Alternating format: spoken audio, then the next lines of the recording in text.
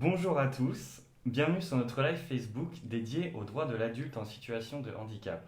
Nous sommes en présence d'Alexandra Grévin. Bonjour Alexandra. Bonjour Alban. Tout d'abord, merci de nous recevoir dans votre cabinet à Paris. Merci de venir jusqu'à moi. C'est normal. Peut-être pourriez-vous vous présenter rapidement dans un premier temps pour les internautes qui arrivent et qui ne vous connaissent pas. Tout à fait. Donc je suis avocate au barreau de Paris. Je suis spécialisée en droit du handicap. Donc je m'occupe que d'enfants et d'adultes en situation de handicap. Je suis également auteure de 2 guides juridiques, l'un qui s'appelle Droit du handicap et procédure, l'autre qui s'appelle Face à l'autisme. Et enfin, nous avons créé il y a peu de temps une structure juridique qui s'appelle Fragilis, avec un notaire et un conseiller en gestion de patrimoine. Et l'objectif de cette structure est de conseiller en fait les familles dans le cadre comment dire, de placement dans la gestion patrimoniale et toutes ces questions de cet ordre-là. Voilà. D'accord, parfait, merci beaucoup. Alors, nous allons donc être en live pendant environ 30 minutes avec Alexandra. Alors, si vous avez des questions qui concernent des thématiques comme le taux d'incapacité, l'AAH, la carte de stationnement, n'hésitez pas. Nous tentons de répondre à un maximum de questions pendant ce temps. Donc, pour commencer, je vous propose de commencer avec des questions que des internautes ont pu poser en commentaire et ensuite nous répondrons aux questions qui arriveront au fur et à mesure sur le live. Tout à fait. Alors on va prendre la première question qui est celle de Mag Kali qui nous explique en fait qu'elle a obtenu une RQTH. Alors vraiment je vais dire strictement le message de Mag Kali et après je vais expliquer un petit peu, apporter des précisions. Donc Mag Kali indique qu'elle a obtenu une RQTH à plus de 50% il y a 8 ans et donc une RQTH c'est une reconnaissance de qualité de travailleur handicapé qui a été ramenée il y a peu de temps à moins 50% au moment du renouvellement. Elle a tenté un recours amiable, puis un recours contentieux, qui en fait n'ont rien donné, ni l'un ni l'autre. Et elle se pose la question de savoir comment récupérer ce taux et obtenir une RSDAE, donc une restriction substantielle et durable pour l'accès à l'emploi. Alors d'abord plusieurs choses. Tout ce qui est de l'ordre de la reconnaissance de qualité de travailleur handicapé, eh bien en fait, ça n'est pas en fonction du taux d'incapacité. C'est-à-dire peu importe son taux d'incapacité, on peut très bien obtenir cette reconnaissance de qualité de travailleur handicapé. Ça, c'est la première chose. La deuxième chose, donc elle nous dit, Mac-Cali, comment obtenir cette restriction substantielle et durable pour l'accès à l'emploi. Donc pour pouvoir l'obtenir, en fait, ce que souhaite, à mon avis, Mac-Cali, c'est d'obtenir une allocation aux adultes handicapés. Et donc cette allocation aux adultes handicapés, pour l'obtenir, il faut avoir un taux d'incapacité compris entre 50 et 79% et remplir ce deuxième critère qui est une difficulté d'accéder à l'emploi. Et donc pour obtenir tout ça, eh bien, en fait, il faut déposer un dossier au sein de la maison départementale des personnes handicapées, un dossier assez étoffé dans lequel on va joindre en fait des arguments médicaux sur lequel on va expliquer, voilà, il va falloir joindre le certificat médical qui a été rempli par le médecin, expliquer un petit peu voilà, les difficultés et puis surtout joindre des justificatifs qui expliquent les difficultés que vous avez, vous, Mac-Cali, pour accéder à l'emploi. Et voilà en résumé ce que je peux vous dire pour répondre à votre question. Parfait, merci beaucoup. Oui, on peut continuer avec une autre question. Tout à fait. Alors, c'est celle de Sandrine Gilles. Alors, on a eu d'autres questions de cet ordre-là qui concernent en fait la question notamment de l'allocation aux adultes handicapés et du cumul avec les revenus du conjoint. D'accord. Alors en effet, c'est une question qui, comme je disais, est assez récurrente dans les demandes. C'était aussi la question de Sonny Vallet. Alors le problème, c'est que la loi, elle est faite ainsi en France à l'heure actuelle. C'est que les revenus quand on est bénéficiaire de l'allocation aux adultes handicapés, les revenus du conjoint, du partenaire de PACS ou du concubin vont être pris en compte dans le calcul de l'AAH. Donc c'est quelque chose qui, à mon sens, est très injuste. Mais à aujourd'hui, la loi, elle ne change pas pour l'instant. Voilà, à mon grand regret pour ma part. Mais c'est vrai que ça fait partie des choses, il faudrait que la loi évolue. Donc c'est comme ça et on ne peut rien faire. Et pour répondre plus précisément à la question de Sandrine Gilles, c'est comment récupérer un taux d'allocation, en tout cas un taux d'incapacité supérieur. Et bien là encore, comme je le disais pour Mac-Cali, en fait, il faut déposer un dossier auprès de la maison départementale des personnes handicapées dans lequel il faut joindre un certain nombre de justificatifs médicaux parce que le taux d'incapacité, il va être calculé voilà, en fonction des éléments d'ordre médical. Et donc, il va falloir joindre un dossier assez étoffé sur les difficultés d'ordre médical, sur le handicap, sur la pathologie. Voilà. Et puis après, donc, c'est l'équipe pluridisciplinaire de la maison départementale des personnes handicapées qui va fixer le taux d'incapacité et qui va être après validé par la Commission des droits et de l'autonomie des personnes handicapées. Ok, Voilà. très bien. Merci pour cette réponse complète. Je vous en prie, Alban. Je poursuis ? Oui, on peut poursuivre. D'accord. Alors, une autre question de Karine Minard qui nous explique que, voilà, elle commence à se poser la question du passage à l'âge adulte de son fils autiste. Quels seront ses droits, comment le protéger et comment être sûr que ce que nous aurons épargné pour lui servira. Alors c'est une question qui est en effet très récurrente sur ces questions du passage à l'âge adulte, parce qu'il y a une vraie transition, hein, donc il faut savoir que les compléments d'allocation d'éducation enfant handicapé sont attribués jusqu'aux 20 ans de l'enfant sauf exception, et à partir de 20 ans, eh bien, se pose la question de l'allocation aux adultes handicapés. Donc c'est un petit peu différent de l'âge légal pour la majorité, et notamment dans ce cas de figure, donc quand on passe de la minorité à la majorité, c'est-à-dire quand on passe de l'âge de 17 ans et demi à l'âge de 18 ans quand on est majeur, se pose aussi les questions de savoir est-ce qu'il est nécessaire que mon enfant bénéficie d'une mesure de protection juridique, comme par exemple une mesure de tutelle, une mesure de curatelle ou éventuellement la question de l'habilitation familiale, dont on pourra revenir un petit peu après. Donc ces droits, en fait, pour répondre plus précisément à la question de Karine, ces droits, en fait, ça va être moi, ce que en tout cas je préconise aux alentours de l'âge de... alors là, je reviens sur l'âge de l'allocation aux adultes handicapés, hein, vous l'avez compris, qui n'est pas le même âge que celui de l'âge légal.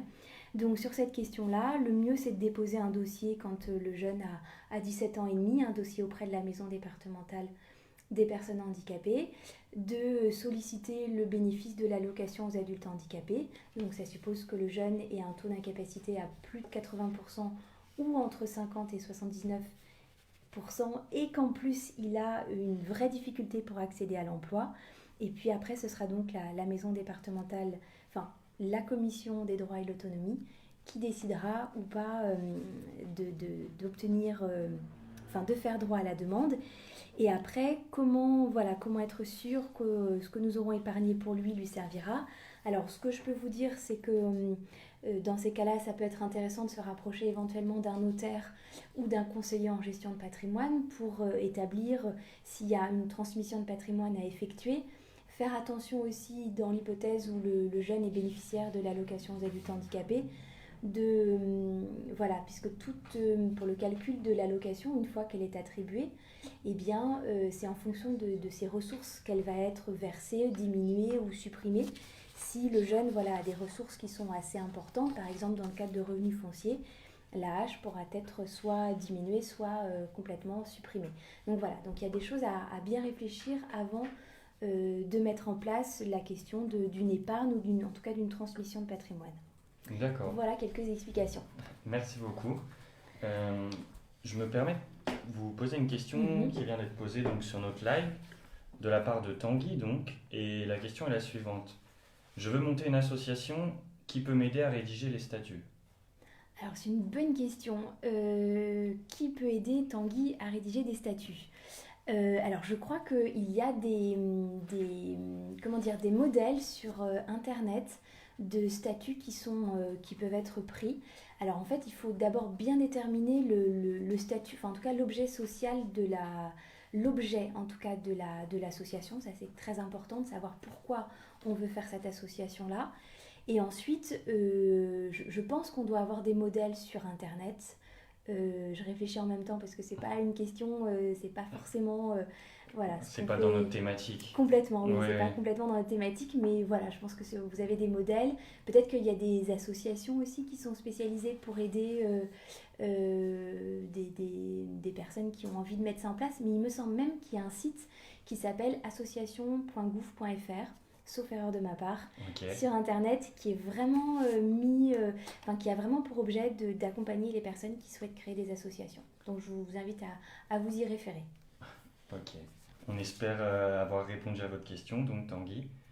Et ensuite, on a une autre question donc, de Séverine qui se demande, qui demande donc qui reconnaît le travailleur handicapé.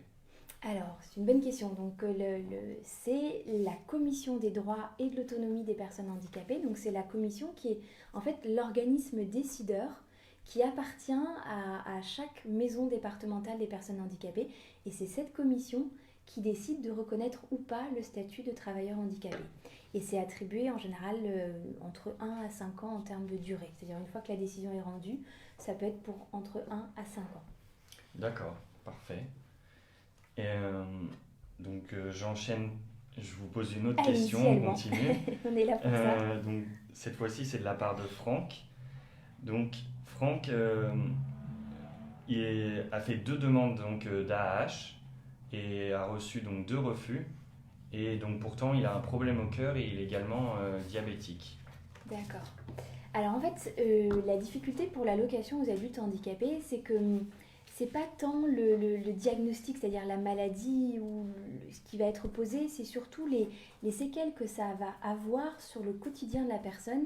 Est-ce que ça va réduire ou pas son autonomie individuelle dans les actes de la vie courante? Parce qu'on va fixer son taux d'incapacité d'abord en fonction de sa réduction ou pas de son autonomie individuelle.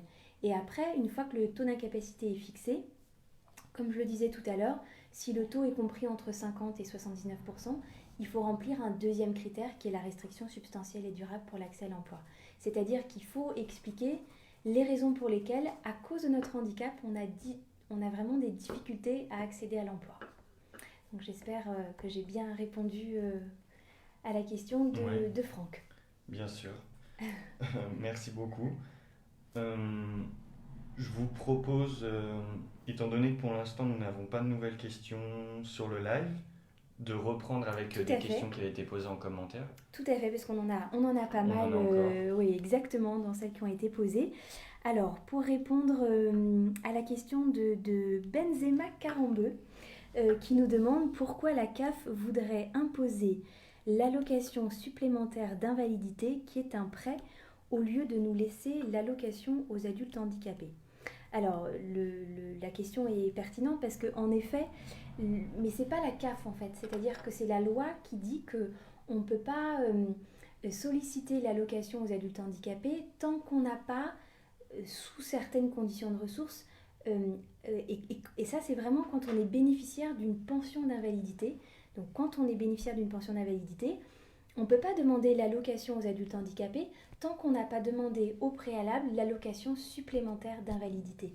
Donc c'est pas la CAF qui, pour le coup, c'est pas la CAF qui fait pas Ok, ce qu'il faut, c'est la loi qui est comme ça à l'heure actuelle.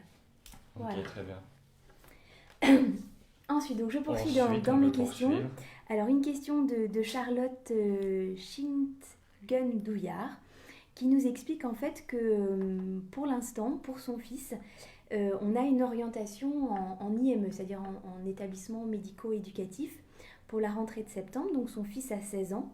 Quelles sont finalement les voies de recours? Parce qu'en effet, on a une orientation, mais on n'a pas d'accueil en établissement.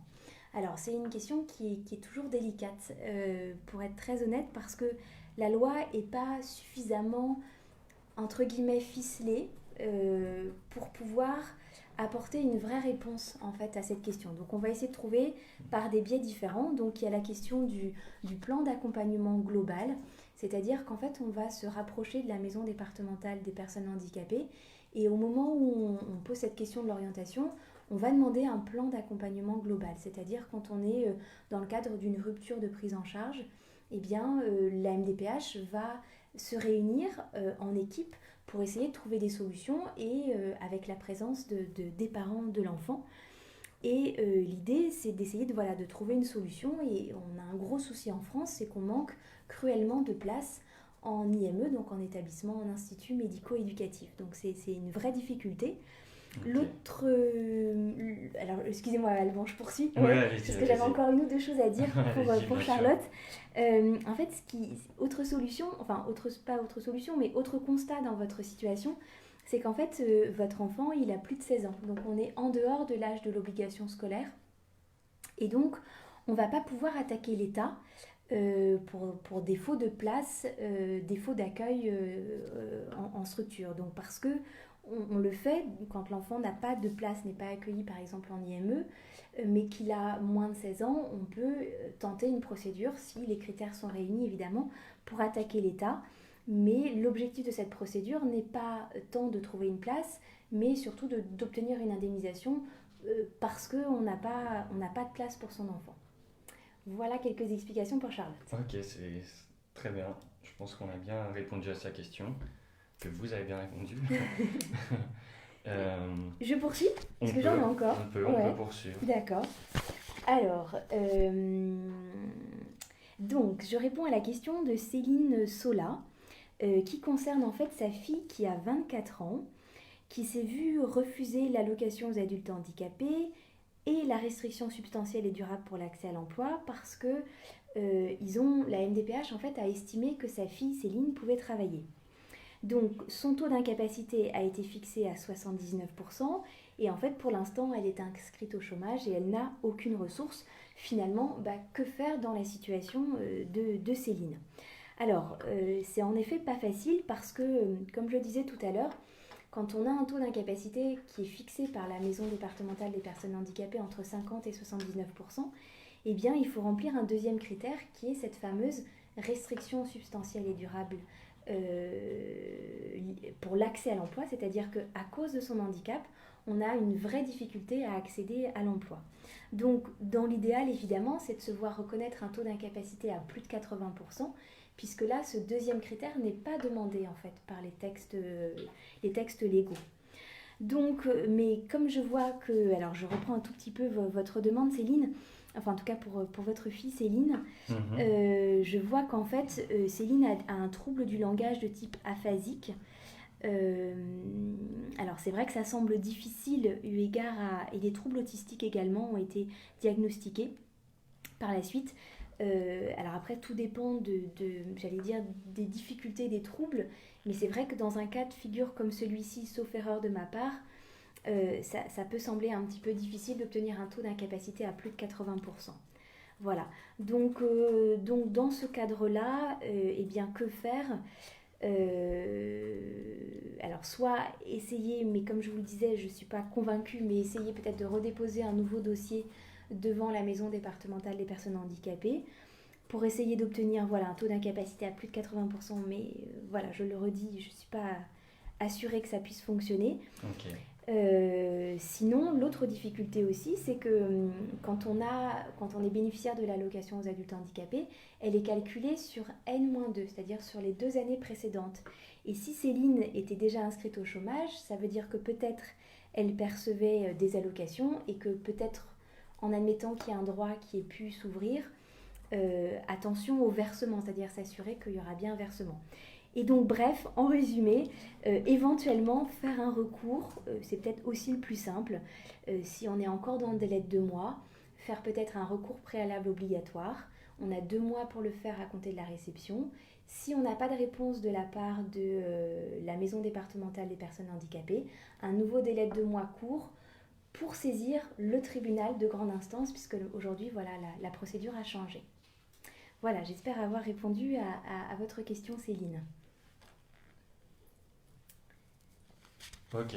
Alors ensuite, j'en ai encore d'autres, je continue à le Eh ben, allez-y. Ouais, sur ma lancée. On peut continuer. D'accord. Alors après, je vais répondre donc à la question de Rosès Alessi El Misra, qui est en situation de polypathologie. Alors, donc elle me demande si est-ce qu'on peut avoir un taux d'incapacité à plus de 80% et travailler. Oui, tout à fait, on peut avoir un taux d'incapacité à plus de 80%, bénéficier d'une carte de mobilité inclusion mention invalidité et pour autant avoir un emploi, c'est tout à fait possible. La seule différence, c'est que si vous êtes bénéficiaire de l'allocation aux adultes handicapés et que vous avez des revenus professionnels, eh bien cette allocation on aura juste peut-être une ouverture de droit sans pour autant avoir de versement parce que le montant de votre salaire sera peut-être plus élevé puisqu'il y a un plafond à ne pas dépasser pour le versement de l'allocation aux adultes handicapés. Ensuite, vous posez également la question d'une activité inférieure ou égale à un tiers-temps. Donc, vous dites une activité inférieure ou égale à un tiers-temps correspond à une RSDAE, donc une restriction substantielle et durable pour l'accès à l'emploi, Ok. ou une invalidité de 80% comme pour la sécurité sociale. Alors, je vais essayer de résumer. Alors, quand on a quand on travaille sur un temps de travail inférieur à un mi-temps, en effet, on peut se voir reconnaître, donc dans l'hypothèse où on a un taux entre 50 et 79%, on peut se voir reconnaître la restriction substantielle et durable pour l'accès à l'emploi. C'est un des critères, enfin en tout cas c'est un des éléments que va regarder et la MDPH et le tribunal, c'est que si vous avez un temps de travail qui est inférieur à mi-temps, normalement le critère de la fameuse restriction substantielle et durable pour l'accès à l'emploi est rempli, en effet. Voilà ce que je peux vous dire. Et alors, si vous avez posé une dernière question, vous avez donc Rosès, vous avez indiqué est-ce que c'est vrai que les indemnités journalières sont accordées sans condition de plafond de ressources, même en micro-entreprise? Alors, je vous confirme que même les indemnités journalières sont accordées. En fait, les indemnités journalières, ça correspond à un arrêt de travail. C'est-à-dire que vous êtes en arrêt maladie, vous bénéficiez d'indemnités journalières. Et en effet, ces indemnités journalières sont accordées sans aucune condition de ressources, même si vous êtes en micro-entreprise. Voilà, j'espère avoir répondu à vos questions. Ok. Donc il reste encore des questions? Tout à fait, j'en ai encore, moi. Ouais. Ok. Donc, on va continuer avec les questions des internautes. Voilà, donc j'en ai celle de Chantal Tal qui nous indique que l'AMDPH du Var lui dit que pour la demande de l'attribution de l'allocation aux adultes handicapés sans limitation de durée, que c'est encore compliqué à mettre en place car il faut tout harmoniser. Alors je vais expliquer un petit peu. Ça concerne un nouveau décret qui est très récent, c'est celui du 27 décembre 2018. Donc, c'est-à-dire que, avant de poursuivre sur les questions de Chantal, en effet, depuis ce nouveau décret, à partir du moment où on dépose une nouvelle demande, c'est-à-dire que c'est pas en cours de dossier, c'est-à-dire c'est pas en cours d'attribution, c'est-à-dire à partir du moment où il y a une nouvelle demande de renouvellement qui se dépose, la Commission des droits et l'autonomie a l'obligation de mettre en application ce nouveau décret. Et en effet, ce décret dit que quand on a un taux d'incapacité à plus de 80%, l'allocation aux adultes handicapés peut être attribuée sans aucune limitation de durée, mais si on remplit certains critères. Et ce décret précise que pour pouvoir avoir une allocation aux adultes handicapés sans aucune limitation de durée, il faut qu'on ait des limitations d'activité ou une restriction de participation sociale et que ces éléments-là ne sont pas du tout susceptibles d'évoluer favorablement à long terme. Et si on ne remplit pas ces critères-là, on n'a pas l'AAH sans limitation de durée, on a l'AAH, donc l'allocation aux adultes handicapés, qui va être attribuée dans un délai entre 1 à 5 ans. Voilà. Ok, très bien. Alors ensuite, c'était donc une question de Chantal, de tout Chantal. à fait. Ok. Tout à fait. Alors elle a précisé je réponds. Oui. Oui, tout à fait. Donc Chantal précise en fait que quelles sont les consignes qu'ont reçues les médecins des maisons départementales des personnes handicapées de France à ce sujet. Faut-il remplir un autre certificat médical de la MDPH, donc la Maison départementale des personnes handicapées, pour cette durée illimitée? Alors, Chantal, pour être très honnête, je ne sais pas du tout quelles sont les consignes qu'ont reçues les médecins des maisons départementales, et surtout s'ils en ont reçu, je n'en ai, pour ma part en tout cas, aucune idée. Ensuite, est-ce qu'il faut remplir un certificat médical de la MDPH? Alors, oui, en fait, ce qu'il faut surtout, à mon avis, indiquer, de mon point de vue, c'est que quand vous allez remplir ce dossier pour faire cette demande de renouvellement d'allocation aux adultes handicapés, et si vous voulez l'avoir, essayez de l'obtenir en tout cas sans limitation de durée, je vous invite à ce que votre médecin l'écrive de façon très claire que votre handicap n'est susceptible d'aucune amélioration, que vos limitations d'activité ne sont susceptibles d'aucune amélioration sur du long terme, et que tout ça, cette restriction à la participation de la vie sociale, pareil, ne sont susceptibles d'aucune évolution sur du long terme. Donc ça, c'est extrêmement important de le préciser. Et peut-être aussi préciser la petite case, aggravation. Vous savez, on a parfois le choix entre stabilité, amélioration, aggravation. Et bien dans l'idéal, c'est de cocher au moins aggravation. Et c'est vraiment à votre médecin de préciser tout ça, de faire un certificat médical très détaillé. J'insiste là-dessus parce que les maisons départementales des personnes handicapées apprécient particulièrement d'avoir des certificats médicaux très détaillés. Ils n'aiment pas du tout les certificats simplifiés sur lesquels on dit qu'il n'y a pas d'amélioration, pas d'aggravation et c'est juste la première page qui est remplie. Je vous déconseille dans tous les cas de remplir les certificats. Il faut vraiment les faire de façon très très détaillée. Les équipes pluridisciplinaires ont besoin de ces certificats médicaux très détaillés. Voilà pour vous, Chantal. Donc peut-être que Chantal est sur le live ou dans tous les cas, vous pourrez revoir cette vidéo puisqu'elle sera disponible sur notre page Facebook à tout moment.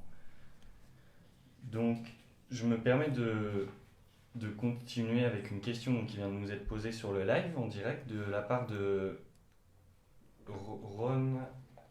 Rose Alessi, pardon, qui demande peut-on faire une colocation avec des baux préparés pour avoir plus de droits sociaux, des baux séparés pour avoir plus de droits sociaux. Alors, si j'ai bien, alors en fait, je pense que c'est la suite des questions de Rosès Alessi, voilà. En fait, si j'ai bien compris la question. Je vais peut-être reformuler une fois, peut-être. Désolé. Je tiens d'avoir bien compris. Peut-on faire une colocation avec des baux séparés pour avoir plus de droits sociaux? Alors, donc, je vous laisse noter. Oui, je note parce que oui, ma petite tête a besoin parfois d'écrire. Donc j'écris une colocation avec des baux séparés. Ça veut dire qu'en fait, vous prenez le même appartement, mais que vous décidez d'être en colocation donc à deux, avec au moins à deux, et vous allez demander à votre bailleur d'avoir un bail d'habitation séparé. Alors je pense que ça va être très compliqué, parce que ça suppose, que votre bailleur l'accepte, ce dont je doute, mais pourquoi pas, et deux, vous demandez, en fait l'objectif serait, si j'ai bien compris, l'objectif serait de dire que vous ne vivez pas en couple, ou avec votre concubin en tout cas, et que vous puissiez continuer à bénéficier de l'allocation aux adultes handicapés. Je pense que c'est ça qu'il y a derrière votre question. Moi je suis pas très favorable, je vous donne mon point de vue, parce que je crois que la question c'est est-ce que c'est possible, c'est ça Alban, la question de... Oui, exactement. De Rosès, c'est est-ce que c'est possible? Oui. Moi juridiquement je suis pas du tout j'ai l'impression que ça fait un tout petit peu bricolage si vous me le permettez. Juridiquement ça me semble vraiment très délicat. Okay. Parce que si vous avez un contrôle de la CAF qui se déplace à votre domicile, elle va s'apercevoir qu'il y a une vie commune. C'est un dossier que j'ai déjà eu un cas de figure très similaire, et c'est la CAF peut se déplacer, donc les équipes de la caisse d'allocation familiale peuvent se déplacer, contrôler s'il y a une vie de couple, en tout cas s'il y a une vie avec une autre personne, et je pense que c'est très délicat. En tout cas pour ma part, je ne le ferai pas comme ça. Mais je sais que la contrainte, ça va être de devoir déclarer que vous vivez en couple, et donc de voir votre allocation aux adultes handicapés diminuer. J'ai bien compris l'enjeu et les conséquences de votre question et de votre demande. Voilà. D'accord, très bien. Merci. Donc c'était une question de Rose Alessi. On espère avoir répondu à votre question. On va encore continuer un peu le live et donc on va attendre qu'il y ait d'autres questions d'internautes qui arrivent. Peut-être Moi, j'en ai on encore peut d'autres. peut-être reprendre avec une autre question Tout qui à avait déjà fait. été posée. Alors, c'était Marie Rodriguez qui demandait quels étaient les critères pour bénéficier de la carte de stationnement. Vous savez, c'est la fameuse carte de mobilité, inclusion, mention stationnement. Alors, en fait, il y a deux possibilités. Soit la personne, elle a une réduction de sa capacité de déplacement parce qu'elle a un handicap moteur et donc elle a du mal à se déplacer. Et dans ce cas de figure-là, il faut que la personne ait un périmètre de marche qui soit limité à 200 mètres, ou bien qu'elle ait besoin d'une canne pour tous ses déplacements, ou bien qu'elle soit porteuse d'une prothèse de membre inférieur. Et à ce moment-là, le critère est rempli et la personne peut bénéficier de la carte de mobilité, inclusion, mention stationnement. Et puis il y a un deuxième critère dans l'hypothèse où la personne a un handicap d'ordre plus cognitif, éventuellement mental, ou psychique. Et bien à ce moment-là, il faut apporter la preuve que la personne ne peut pas du tout se déplacer toute seule dans ses déplacements, qu'elle a besoin systématiquement d'une tierce personne, qu'elle a besoin, si elle n'avait pas cette tierce personne, elle pourrait se mettre en danger. Et donc dans ce cas de figure-là, on a donc ce deuxième critère. Et si on arrive à apporter la preuve que la personne a besoin d'une tierce personne systématiquement pour tous ses déplacements, sinon elle se mettrait en danger, et bien à ce moment-là, on pourrait bénéficier de la carte de mobilité inclusion mention stationnement. Voilà pour Ok, Marie. très bien. On enchaîne. Est-ce que vous voulez Oui. que, Alban, je vous parle de la réforme, de la nouvelle réforme et de comment ça se passe devant le tribunal de grande instance dorénavant? Eh bien, avec plaisir. Je pense que c'est un sujet qui peut intéresser beaucoup de personnes, donc oui. Tout à fait. Alors en fait, je voudrais vous expliquer un petit peu parce que depuis le 1er janvier 2019, les tribunaux du contentieux de l'incapacité, les tribunaux des affaires de sécurité sociale et les commissions départementales d'aide sociale ont toutes été supprimées. Donc elles n'existent plus, c'est terminé. Le contentieux a été ramené à deux juridictions spécifiques, soit le tribunal de grande instance, et en fait c'est un pôle social qui a été créé au sein d'une grande majorité de tribunaux de grande instance. Attention, tous les tribunaux de grande instance n'ont pas ce pôle-là, donc faire bien attention quand on fait un recours. Alors normalement le tribunal de grande instance c'est bien indiqué avec l'adresse, donc normalement il n'y a pas de difficulté, mais je tiens quand même à le préciser. Donc soit ça relève du tribunal de grande instance, soit ça relève du tribunal administratif. Donc c'est une nouvelle procédure. On a quelque chose aussi qui est dorénavant obligatoire. Alors c'est bien et c'est pas bien, je ne suis pas très convaincue pour ma part. Mais j'ai envie de dire mon avis, on s'en fiche un petit peu. Mais je vais vous expliquer ce que dit la loi. C'est que en fait, dorénavant, quand on reçoit, donc depuis le 1er janvier 2019, à partir du moment où on reçoit une décision de la Commission des droits et de l'autonomie des personnes handicapées, qui est datée postérieurement au 1er janvier 2019, eh bien, nous avons l'obligation, alors sauf si elle est issue d'un recours gracieux, et là c'est différent, mais si c'est une nouvelle décision sans aucun recours gracieux au préalable, eh bien nous avons l'obligation dorénavant de faire ce qu'on appelle un recours préalable obligatoire. Alors c'est le fameux RAPO dont vous avez peut-être entendu parler. Et donc dorénavant, on a un délai de 2 mois, c'est-à-dire qu'avant on avait le choix de faire ou pas un recours gracieux ou de saisir directement le tribunal. Eh bien depuis le 1er janvier 2019, on n'a plus le choix, c'est comme ça. On est obligé de faire ce recours administratif préalable obligatoire et on a un délai de 2 mois pour le faire. Et si donc on le rédige de façon assez détaillée puisque il faut mettre son nom, son prénom, l'objet de la demande, des pièces justificatives, un bordereau de pièces. Enfin voilà, le législateur a prévu un certain nombre d'éléments à faire pour ce recours préalable. Et une fois qu'on l'envoie, on a un délai c'est-à-dire que la MDPH a un délai de 2 mois pour répondre à compter du jour où vous l'envoyez. Et si vous n'avez pas de réponse dans ce délai de 2 mois à compter du jour où vous l'avez envoyé, eh bien ça signifie que c'est une décision implicite de rejet. Et à compter de ce nouveau délai de 2 mois, Donc ça fait décision implicite de rejet. Donc par exemple, vous le faites partir alors aujourd'hui, on est le 17 juin. Vous avez reçu la décision qui est datée d'aujourd'hui, du 17 juin. Vous avez donc un délai de 2 mois pour formuler votre recours. Vous l'envoyez par exemple le 23 juin. Eh bien, la MDPH a jusqu'au 23 août pour vous répondre. Si au 24 août, vous n'avez pas eu de réponse, ça signifie que c'est une décision implicite de rejet. Et on a, à partir du 24 août, un nouveau délai de 2 mois qui court, donc jusqu'au 24 octobre, pour saisir le tribunal de grande instance. Voilà, donc ça c'est très important parce que la loi a changé. Attention aussi au type de demande, parce que là, ce que je viens d'expliquer, c'est par rapport au taux d'incapacité, à l'allocation aux adultes handicapés, au complément d'AEH. C'est légèrement différent, par exemple, pour la carte de mobilité inclusion, mention stationnement. Enfin, voilà, c'est vraiment spécifique à ces sujets. Voilà, il faut juste bien faire attention. En général, c'est bien écrit dans la décision quand on la reçoit. Les différents recours, on vous oriente, c'est assez bien écrit normalement. Voilà. Très bien, merci beaucoup pour ces précisions. Et donc, je me permets de revenir, puisqu'on a une nouvelle question donc, de la part de Peggy, donc, qui demande, en cas de RQTH, comment obtenir le taux de son handicap, puisque, en fait, Peggy nous dit qu'elle n'apparaît sur aucun document, mais que sa mutuelle lui demande, en fait. Alors, c'est une bonne question, c'est tout à fait exact. En fait, la reconnaissance de la qualité de travailleur handicapé, elle n'est pas du tout fixée en fonction du taux d'incapacité. Elle est complètement indépendante du taux d'incapacité. Donc en fait, quand on la demande, quand on demande cette RQTH et qu'on reçoit la décision, normalement ne figure pas le taux d'incapacité.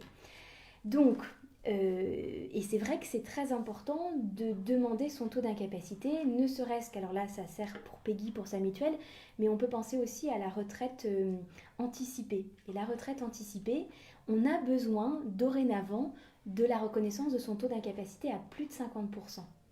Donc, si jamais ça n'y figure pas sur la décision, l'idée c'est de redéposer une nouvelle demande. Pardon, je fais tomber mon stylo. L'idée c'est de redéposer une nouvelle demande et de demander uniquement la fixation de son taux d'incapacité, ou alors de faire, alors c'est peut-être plus simple presque, c'est peut-être de faire un recours préalable obligatoire, donc une fois qu'on a reçu, en disant voilà, moi je voudrais avoir la fixation de mon taux d'incapacité, merci de me répondre sur la question de mon taux d'incapacité. C'est peut-être plus simple que de redéposer une nouvelle demande, mais l'idéal c'est à garder en tête quand vous avez ça, quand vous avez vraiment besoin du taux d'incapacité. C'est dans tous les cas, quand vous déposez une demande, n'hésitez pas à l'indiquer dans la partie relative au projet de vie. C'est-à-dire de dire, voilà, j'ai besoin de connaître mon taux d'incapacité, merci de me fixer sur mon taux d'incapacité et la durée d'attribution de ce taux d'incapacité.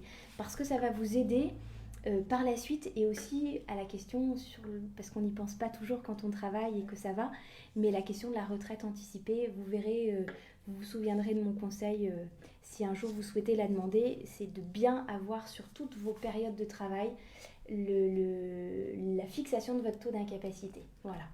Très bien, je pense que vous avez bien répondu à la question de Peggy, donc merci pour elle. Et je pense que nous avons le temps encore pour une dernière question avant de terminer ce live. Et cette fois-ci, c'est de la part donc de Lise qui dit « Pourquoi la MDPH ne prend pas l'assurance de l'implant cochléaire ? Doit-elle les prendre en charge ?» Alors oui, très bonne question aussi sur cette question-là, sur laquelle j'ai déjà planché, j'allais dire. Alors, c'est vrai que donc, l'implant cochléaire, hein, j'explique un tout petit peu, c'est un implant, c'est une opération assez coûteuse, c'est un implant qu'on fait intégrer quand on a une déficience auditive dans l'une ou les deux oreilles, quelque chose de très discret, c'est une technologie voilà, très très particulière et j'allais dire absolument incroyable. Et bien donc ça a un coût en fait cette technologie et donc ces implants qui sont mis en place, et donc en effet ça a un vrai intérêt d'assurer son ou ses implants. Donc à partir de là, moi je me souviens avoir préconisé de demander au titre de la PCH, donc de la prestation de compensation du handicap, et de le demander au titre de l'aide, alors je réfléchis en même temps et je regarde Alban en même temps, mais c'est au titre de l'aide... c'est pas exceptionnel, c'est l'autre, donc c'est celle qui s'appelle c'est l'élément 4 de la PCH. Alors, je vais me permettre de prendre mon bouquin, vous m'excuserez, mais je voudrais être très précise.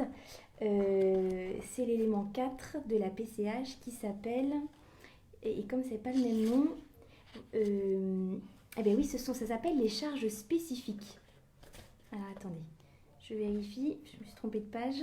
Vaut mieux en être sûr. Voilà, exactement. Ce sont les charges spécifiques. En fait, ce sont des dépenses permanentes et prévisibles qui sont liées au handicap et qui n'ouvrent pas droit à une prise en charge au titre des autres éléments de la prestation de compensation.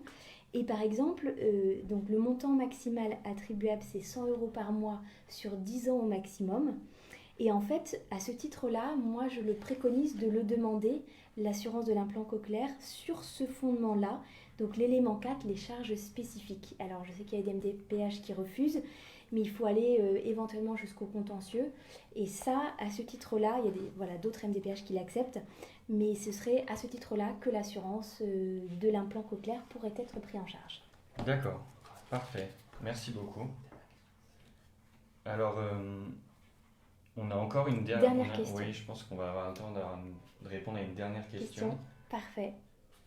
Alors, cette fois, c'est à nouveau de la part de Peggy, donc. Oui. Alors. Selon la loi de 2005, l'employeur est-il obligé de compenser les pertes financières liées au handicap du salarié?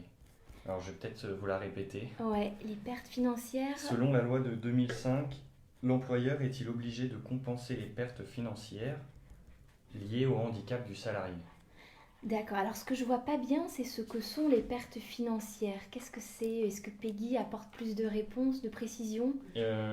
En fait, la précision, c'est si oui, pourquoi l'éducation nationale n'en tient pas compte? Pourquoi l'éducation nationale n'en tient... Alors ça veut dire que son employeur est l'éducation nationale, c'est ça? Je pense, oui. Alors, alors déjà, en toute honnêteté et transparence, moi je ne suis pas du tout spécialisée en droit de la fonction publique. Okay, cette question, elle relève pour moi plus du droit de la fonction publique. Donc je vais très honnêtement, Peggy, avoir beaucoup de mal à vous répondre. D'autant plus que je ne vois pas du tout ce que vous appelez les pertes financières. Donc l'employeur n'a pas, alors en droit privé c'est le cas, il n'a pas à compenser des pertes financières, sauf à ce que je n'ai pas compris ce que vous vouliez dire. Mais qu'ils mettent en place des aménagements parce que au sein du travail, parce qu'on a besoin d'aménagements spécifiques dans le cadre de son travail, oui. Mais de compenser des pertes financières, je ne vois pas exactement ce que ça peut être. D'accord, voilà. Ok. Donc je suis désolée de pouvoir répondre complètement à votre réponse, de répondre à votre question, pardon, Peggy. Voilà. En fait, Peggy a ajouté dans son commentaire, donc, s'il ne veut pas travailler à temps plein. Donc... Non, après, c'est plutôt les dispositifs d'allocation aux adultes handicapés. Alors après, là, je vais parler en droit privé, donc je ne vais pas répondre complètement à votre question, Peggy, je suis désolée, mais c'est parce que je ne connais pas bien le droit de la fonction publique. Mais par exemple, en droit privé, quand on est obligé de diminuer son temps de travail, on peut avoir ce qu'on appelle une pension d'invalidité. Je sais que ça existe aussi dans la fonction publique, donc je vous invite à vous renseigner. Mais voilà, en droit privé, on peut avoir une pension d'invalidité, par exemple de première catégorie, et continuer à travailler. Donc en fait, on a son salaire, on a la pension d'invalidité de première catégorie. L'essentiel, c'est de ne pas dépasser un certain plafond. Mais voilà comment ça se passe, en tout cas, en droit privé. Voilà.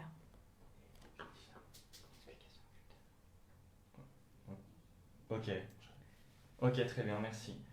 Alors on est en direct, hein, vous inquiétez pas, on veut être sûr de bien faire notre travail et de répondre à vos questions. Bon, je pense qu'on a répondu à beaucoup de questions. J'espère. Et en plus, on arrive donc à la fin de notre live. Donc je tiens tout d'abord à remercier l'ensemble des personnes qui ont participé à notre live et qui ont posé de nombreuses questions. Et un grand merci à vous, donc Alexandra, de nous avoir reçus et d'avoir accepté de répondre à l'ensemble des questions. C'est très gentil de votre part. Et j'espère donc qu'on renouvellera l'expérience. Et peut-être que vous souhaitez ajouter un mot pour terminer. Moi, je vais vous remercier en fait d'être présent, voilà, d'avoir envoyé vos questions, de faire que ce Facebook puisse être vivant, j'allais dire. Merci à vous d'être venu, Alban, votre équipe, Isabelle et Gilles également d'être présents. Merci au magazine Easy d'organiser cet événement parce que sans vous, on ne pourrait pas le faire. Bah, merci. Et moi, je suis débordée de travail, donc je vous remercie d'être venus jusqu'à mon cabinet parce que vous l'avez compris, on est dans mon bureau. Donc merci vraiment à vous d'être venus de Lyon pour organiser ce Facebook ce matin. Et merci à tous d'avoir répondu présent et d'avoir posé vos questions. Eh bien, Voilà, avec merci. plaisir et on vous souhaite à tous donc une très bonne journée. Merci. À bientôt. Au revoir.